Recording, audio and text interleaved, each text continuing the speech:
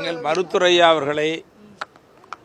ஐயா அவர்களின் சின்ன மகள் கவிதா அவர்கள் வீட்டின் சந்தித்து பேசினேன். ரொம்ப நேரம் பேசிகிட்டு இருந்தோம்.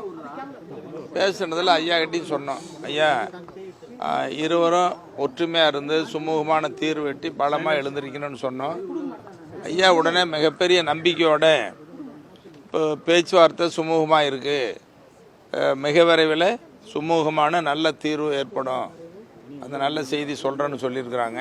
அவர் சொன்னது எங்களுக்கு ஒரு சந்தோஷத்தையும் நம்பிக்கையும் கொடுத்துருக்குது. நல்ல செய்தி தான்.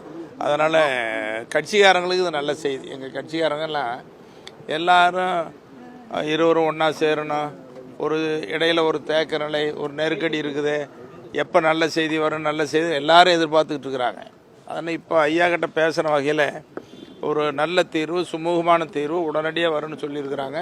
அது எனக்கும் மகிழ்ச்சி, எங்கள் கட்சிக்காரங்களுக்கு எல்லாத்துக்கும் மகிழ்ச்சி. உங்கள் மாதிரி ஊடக நண்பர்கள் எதிர்பார்க்குறவங்க எல்லாருக்கும் ஒரு நல்ல செய்தியாக இன்னைக்கு கிடைச்சிருக்குது. அது மகிழ்ச்சியாக இருக்குது.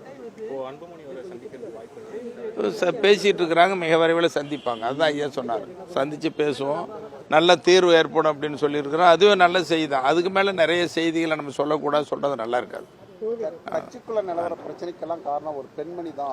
யாரை பத்தியும் இப்ப எது, அதாவது இல்ல நல்ல சூழல் உருவாகிட்டு இருக்கிறதுனால இதையும் அதையும் பேசி ஏதாவது திசை திருப்பக்கூடாது. உட்கட்சி பிரச்சனையே பெருசா எல்லா கட்சியிலையும் வர்றது இயல்பு.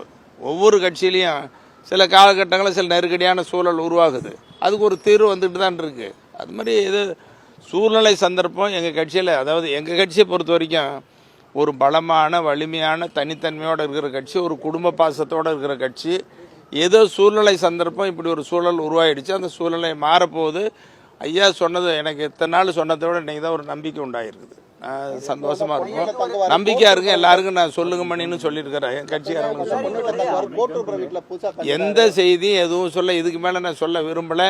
நல்ல செய்தியாக இருக்கேன். நீங்களும் நம்பிக்கையோட இருக்க, நாங்களும் நம்பிக்கையோட இருக்கோம்.